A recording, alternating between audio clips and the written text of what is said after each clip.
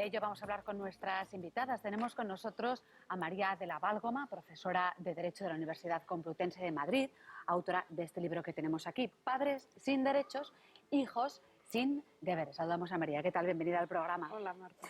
Nos acompaña también, además, por cierto, María es máster en Derechos Humanos y diplomada en Derecho de Familia. Nos acompaña, como decíamos, Noelia López Cheda, que es ingeniera industrial y formadora sobre talento, proactividad, motivación, comunicación, innovación educativa e inteligencia emocional. Bienvenida, Noelia.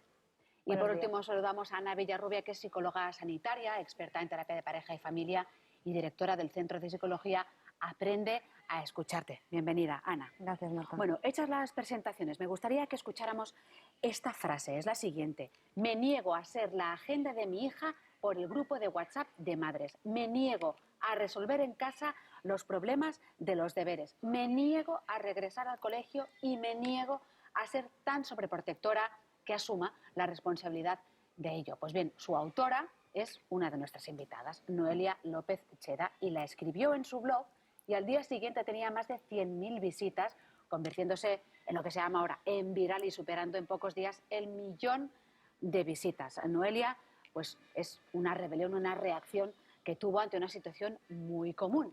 Estamos criando niños cómodos que no saben lo que es la responsabilidad, por alusiones, para empezar.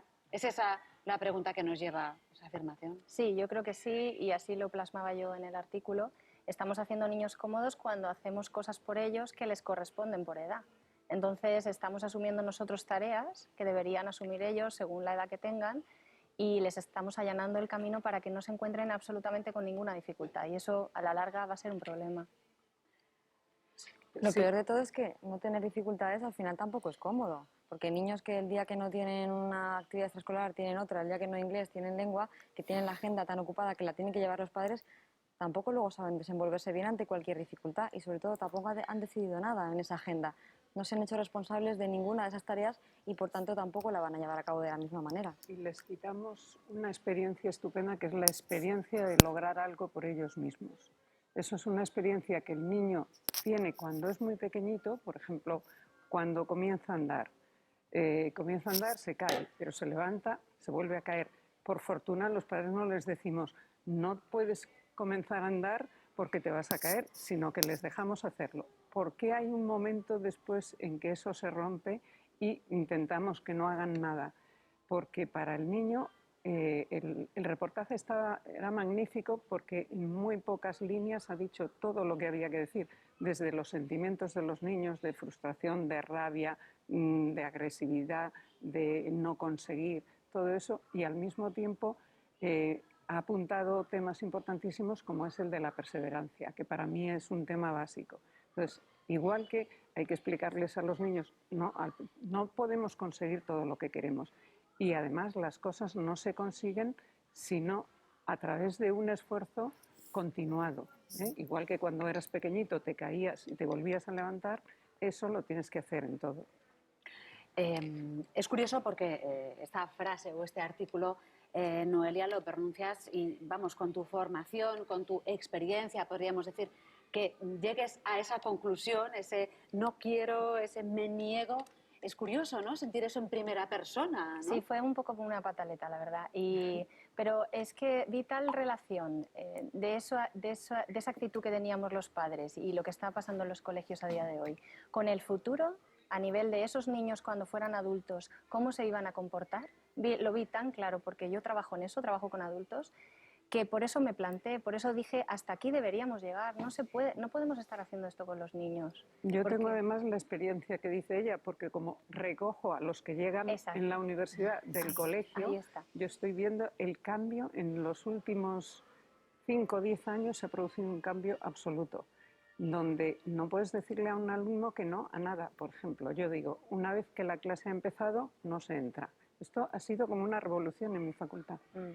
No podían suponer que es que no podían entrar a la hora que quisieran. No, la clase empieza a las 8:30 y yo llego a las 8:30, espero 3 minutos, pero después no más. Y lo que a mí no me lo ocurrió soportan. lo que me ocurrió también en la universidad, ahora que has cogido esa edad, es que precisamente esto lo que hace es que luego no tengan iniciativa. no tienen, como se lo has hecho todo desde Sí, pequeños, pues no sí. les sale a ellos tenerla, ¿no? Entonces nos pasó en una universidad que se quedaron fuera durante 20 minutos y las dos formadoras estábamos dentro y cuando ya por fin les dijimos, ¿podéis entrar? Les preguntamos, ¿por qué no habéis entrado? Y dijeron, porque nadie nos dijo que teníamos que entrar. Sería el Ya. otro extremo. Sí, Claro, sí, sí, claro. sí, sí. Personas sobreprotegidas que quizá no tienen motivación porque tampoco se ha trabajado esa motivación. Cuando una persona lo ha obtenido todo sin tener que dar nada a cambio, al final no sabe el valor que tienen las cosas ni qué camino ha de recorrer para poder alcanzarlas.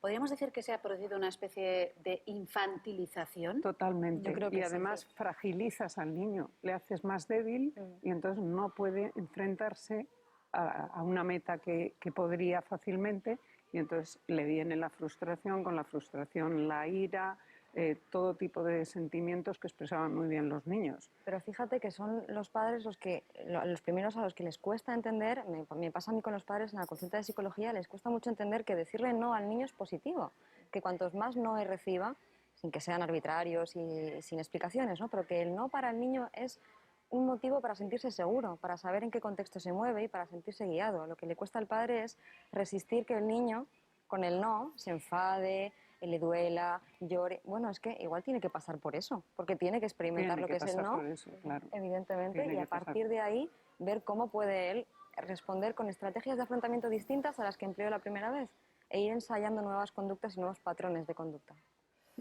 ¿La culpa es solamente de los padres como educadores? Porque, No. por ejemplo, antes María decía, menos mal que cuando se caen cuando son pequeños No no le les puedes decimos, decir y claro. no te responden. Entonces, ¿a partir de qué momento? Yo no lo sé, pero lo que sí sé es que la culpa no es solo de los padres. O sea, educa a la sociedad entera. José Antonio Marina ha popularizado un proverbio africano muy bonito que dice, para educar a un niño hace falta la tribu entera. Y es cierto, porque educan los medios de comunicación muchísimo, como vosotros sabéis, educa la sociedad entera, educa la escuela, educan los padres. Los padres tienen la primera responsabilidad, pero para nada, porque además la influencia que ahora tiene la sociedad es mucho más fuerte que antes, que había familias homogéneas, la familia era un núcleo más cerrado, pero ahora no.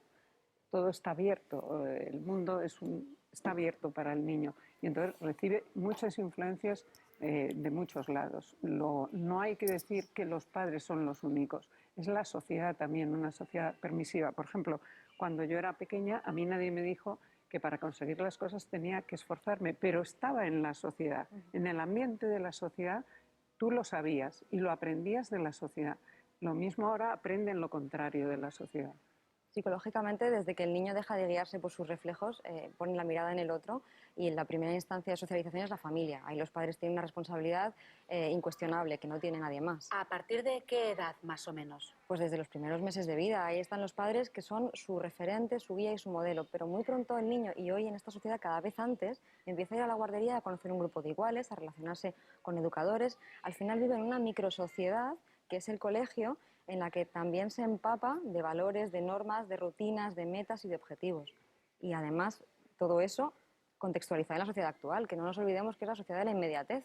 O sea que los niños de ahora no son como los niños de antes, No, porque ese claro. comentario siempre está en el aire, ¿no? Sí. Yo cuando era pequeña, Sí. o a mí cuando era pequeña no me dejaban, desde luego que un no por respuesta a eso ya no tenía ni, vamos, no te atrevías ni a No rechistar. había posible Hombre, apelación. ¿no? Yo creo que eso de, es que antes no es lo mismo que ahora, es que era más fácil antes. Yo creo que no. Yo creo que cada etapa y cada época trae lo suyo. Entonces tenemos que ser conscientes, como ha dicho Ana, de la sociedad en la que estamos, tenemos que ser conscientes de que educamos todos. Por eso es tan importante también que hagan equipo la familia, el colegio Sí, y la ese sociedad. es uno ¿no? de los problemas, El colegio que ahí tiene que hacer generalmente equipo no lo con los hacen. padres. Y los padres parece que estamos como muy rechazando cualquier cosa que hacen los colegios. Y yo Sí, creo que siempre hay un sistema de excusas de no, es que en el colegio no le hacen esto y en el colegio piensan los padres no les educan en esto y con las excusas o las culpas de uno a otro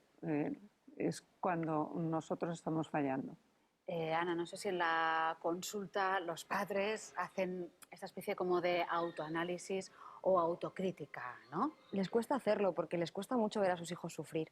Yo creo que el sufrimiento emocional, que al fin y al cabo es esta frustración, forma parte de la vida como el sufrimiento físico, que nadie lo cuestiona. El dolor físico te indica que algo no está funcionando bien, que hay que atenderlo y resolverlo. Bueno, pues el dolor emocional también indica que nuestros recursos de afrontamiento no han sido adecuados y hay que o bien esperar o bien desplegar otros mecanismos, ¿no? Y en los padres son ellos los que sufren cuando ven al hijo sufrir. Quizás su problema es no tolerar el sufrimiento del niño y por eso enseguida quieren satisfacer y tapar el agujero que se ha quedado ligeramente expuesto, ¿no? Pero que no debería ser un problema. El principal error quizá es ese, dejar o no dejar que los niños sean lo que son e intentar evitar, en el fondo, el sufrimiento propio antes que el suyo, ¿no? Yo creo que los padres se fusionan con los hijos a veces, ven sus propias carencias y sus propias experiencias y dicen, uy, yo no le voy a permitir que pase por esto. Bueno, ¿y por qué no? O al revés, no quiero que pase por lo que yo he pasado, Eso o es. quiero que tenga lo que yo no he tenido, como proyecciones de ese tipo que, claro, no son buenas porque el niño tiene que seguir su camino. Por ejemplo, veíamos en el reportaje que había situaciones de frustración, tanto de niños como de niñas, que eran respecto a su propia persona, ¿no? A una autoexigencia muy, muy elevada. ¿Va por ahí también la cosa? Es que la expectativa De los niños hacia Que se ellos exijan más mismos. a sí mismos. La expectativa que se proyecta sobre el hijo debe ser equilibrada. El problema también es pasar de algo demasiado exigente a algo demasiado laxo. Ni un modelo educativo muy autoritario en el que las normas sean estándar, ¿no? Y si no se cumplen, pues es horroroso lo que ocurre después, ni algo excesivamente permisivo y laxo en el que no haya normas y la libertad total sea, en el fondo, falsa. Si la exigencia es demasiado amplia, cuidado que la motivación también se resiente. Si la exigencia está muy alta y yo no la puedo cumplir, es una expectativa totalmente disfuncional para el niño y genera problemas de autoestima también. El equilibrio sería la clave. Yo creo que también ahora tenemos el problema de que los padres tenemos tanto miedo de la sociedad en la que van a llegar, porque no conocemos, no es predecible esta sociedad ahora. Antes sí lo era más predecible. Entonces tenemos ese miedo y lo que hacemos es esas burbujas, ¿no? De decir, bueno, cuanto más cosas haga yo por ellos, mejor porque ellos no lo tendrán que hacer. O sea, no van a tener que enfrentarse, como estáis diciendo, a ese sufrimiento. Y entonces empiezan a subir el nivel de expectativa, empiezan a apretar, pero no te preocupes que aquí estoy yo y si a ti no te sale, lo hago yo, ¿no? Y entonces están viviendo unas situaciones muy curiosas en los colegios también. En lo que se refiere a los niños, uno puede hablar con un adulto, los padres, hablas con los padres y les comentas un poco que hay que tener más tolerancia a la frustración, pero a los niños, ¿cómo se les traspasa esa sensación? ¿O cómo se les enseña? Yo creo que sí, que se puede enseñar. Se puede enseñar que, primero, que las cosas no salen casi nunca bien a la primera. Es decir, que hay que hacerlas varias veces. Cuando aprendiste a sumar, el primer día la suma no te salió. Por eso a mí me parece muy importante dos cosas, la educación en la perseverancia por un lado y también aprender a retrasar la recompensa. Eso es muy importante para que sepan que ha costado llegar ahí, pero ellos se sienten luego muy satisfechos cuando han conseguido algo que les ha costado mucho. A todos nos ha pasado. Cuanto más nos ha costado conseguir algo, más satisfechos estamos después. En caso de que la haya, la recompensa. Bueno, Sí, es que también hay que enseñar un margen de incertidumbre en el que, como tú decías ahora, hay veces que la recompensa no llega. Pero sí que es muy bueno enseñarle al niño que el refuerzo puede ser demorado, puede ser distinto del esperado o, por desgracia, puede incluso no llegar. Por eso hay que darle siempre metas muy concretas y muy pequeñitas para que las pueda ir asumiendo y llegue siempre a un objetivo más a largo plazo, entendiendo que la recompensa sea también mucho mayor. Y también darle siempre una solución, porque es lógico que queramos darle solución a las cosas, pero no una única solución, que él pueda decidir, darle varias soluciones, varias posibilidades y dejarle a él que tome decisiones.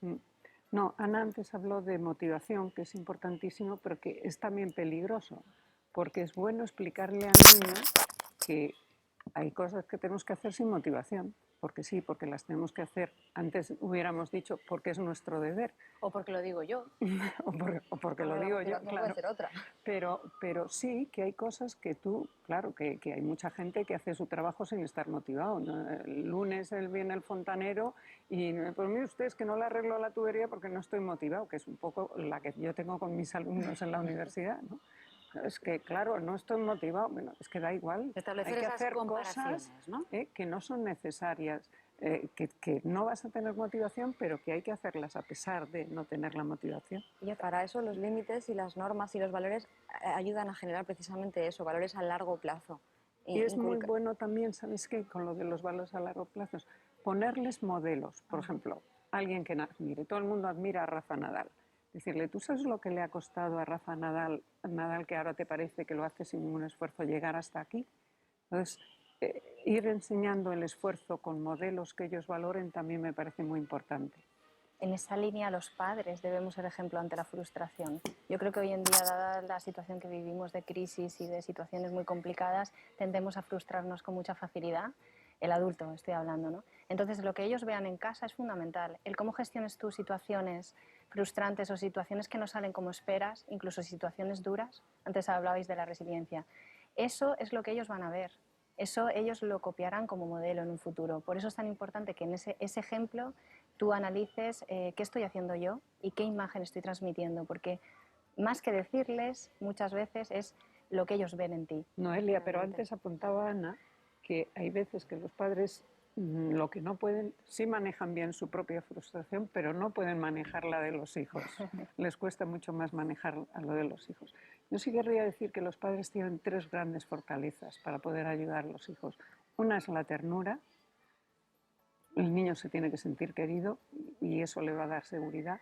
Otra es la disciplina, normas claras y límites claros. Y otra es la comunicación. Cuanto más fluida sea la comunicación, que no siempre es fácil, desde luego hay épocas muy difíciles, pero cuanto mejor sea la comunicación, más fácil va a ser ayudarles a ellos. Para concluir, igual que ha hecho María, me gustaría que también dierais un par de claves, tanto Ana como Noelia. Pues la clave para mí, desde mi punto de vista, es ser figura de autoridad, manteniendo a la vez ese rol que tiene el padre, que ofrece un sostén emocional incomparable y la aceptación incondicional que muestra el padre. Todo eso conjugado con sigo siendo la autoridad, sigo mostrando disciplina y sigo mostrando unos mínimos que hay que respetar y a partir de los cuales podemos trabajar y podemos dialogar. Y yo el ejemplo que he dicho y también el acompañarles en la frustración, el que sepan que estamos ahí, que respetamos que tienen ese momento y ayudarlos a gestionar esa situación. Pues agradecemos muchísimo a nuestras invitadas, tanto a María de la Val como a Noelia López y a Ana Villarrubia, lo que hemos tratado hoy sobre la tolerancia a la frustración en la educación. Seguimos nuestra...